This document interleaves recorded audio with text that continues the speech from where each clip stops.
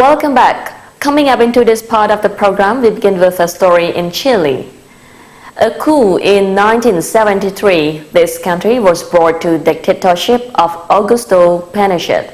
The political and economic model inherited from his 17 years in power is called into question, and a big part of Chile's population wants to put behind them this dark period of their country's history. September 11, 1973, the Chilean presidential palace is bombed by the putschists of General Augusto Pinochet, an event which brings to an end the socialist presidency of Salvador Allende and marks the start of a bloody dictatorship. Over the next 17 years, 3,200 people will be killed and 38,000 tortured. 40 years from the coup, the Moneda Palace shows a new face, like the rest of the country which has now embraced democracy. Today, Chilean people can take to the streets to ask for change without fear.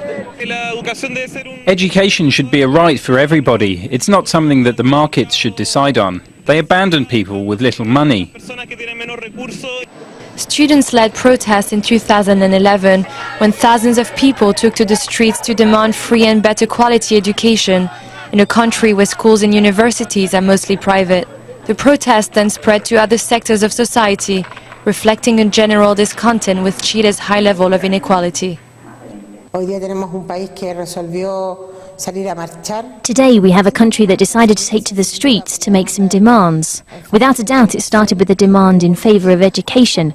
With greater consciousness, it became clear we have to change the whole legacy of the dictatorship. That legacy is still very much present in Chile. The country still has the same economic model that was liberalized to the extreme by Pinochet. Today, Chile enjoys very strong economic growth and poverty levels have decreased from 40% to 14% since the end of the dictatorship in 1990.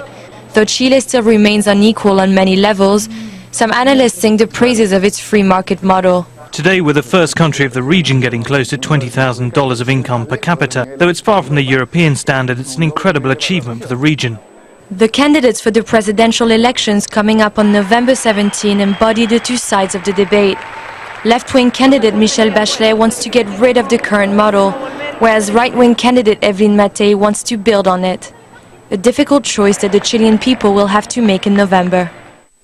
Football players in Afghanistan get paid $9 a day and live in the same house with 6 members in each room. But all they do is to pursue their dream of getting into national side and winning the cup. The second season of Afghanistan's Premier League is underway in Kabul.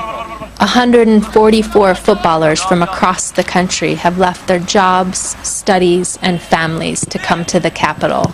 I feel very happy here, and I am proud to be representing the different regions of our country. I pray to God to give me the power and strength to make my people happy and proud. One aim of the competition is to give all Afghans a side to support and better promote ethnic ties after decades of warfare and conflict. And tight living quarters mean the players themselves are all thrown in together. For 7 weeks, they all live under one roof, 6 players to one room, all sharing one washing machine, one bathroom, and an overcrowded kitchen.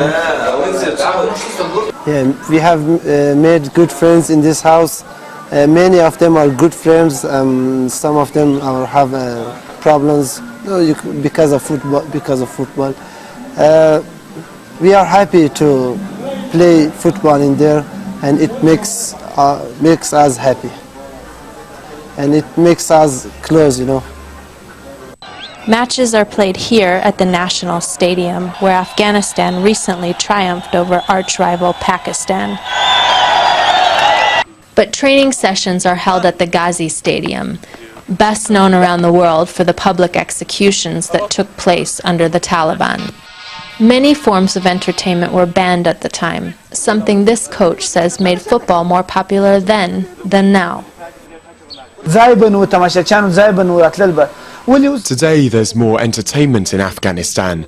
There's internet, a lot of TV channels, more games and more freedom. That's why interest in football has decreased a lot. However, at an international level, Afghan football has greatly improved.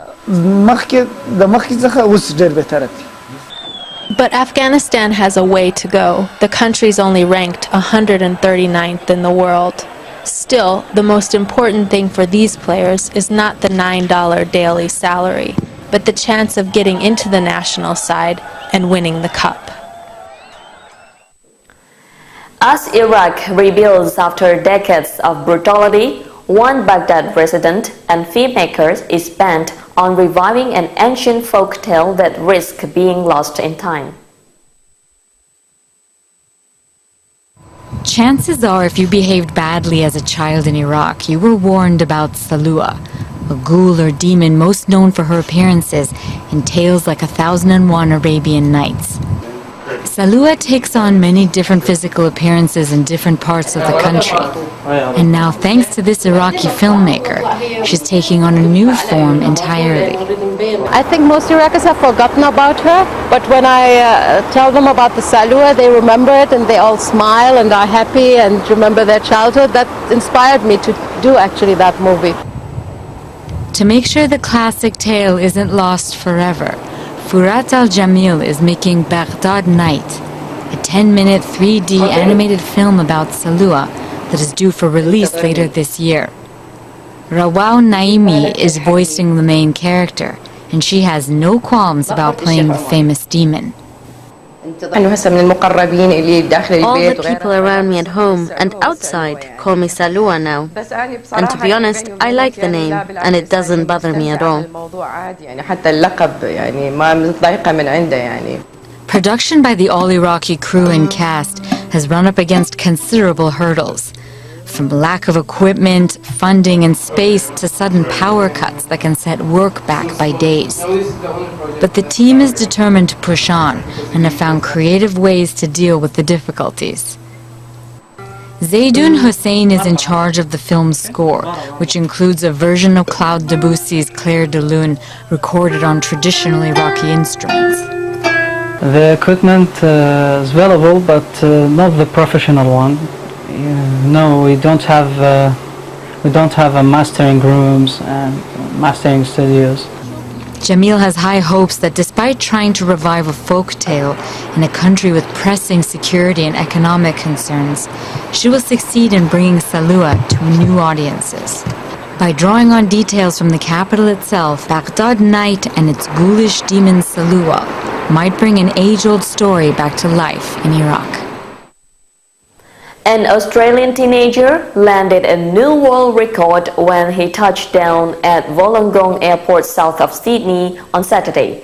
He is the youngest person to have ever flown around the world solo. Australian teenager Ryan Campbell on solid ground after an epic journey. The 19-year-old is the youngest person ever to have flown solo around the world. And after travelling for 70 days, making 34 stops in 15 countries, landing on home turf was a welcome reward. I've been thinking about that landing for a long, long time, and probably even before it was a reality and we were actually going, and it was a good one, so I was happy with that.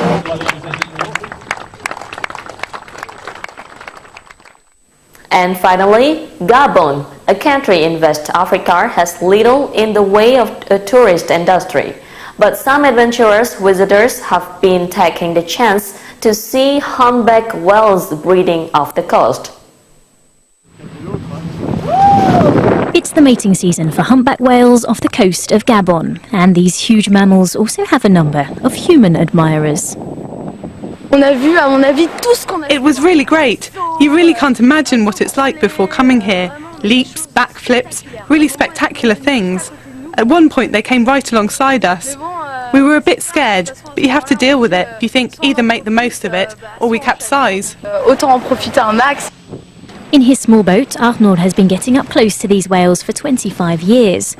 Groups of female whales are ever more numerous during the mating season, and authorities say the increase is due to a drop in the number of fishing boats. This year we've enforced restrictions on fishing and respecting fishing levels, so activity near the coasts is less intensive this year. Gabon's tourism industry is still lacking in infrastructure, with just 2 ships offering these whale-watching cruises. This makes for an even more memorable experience for those lucky enough to get on board. That's all for today's program. Thank you for watching from me, Tana, and rest of This is Cambodia team. Good night.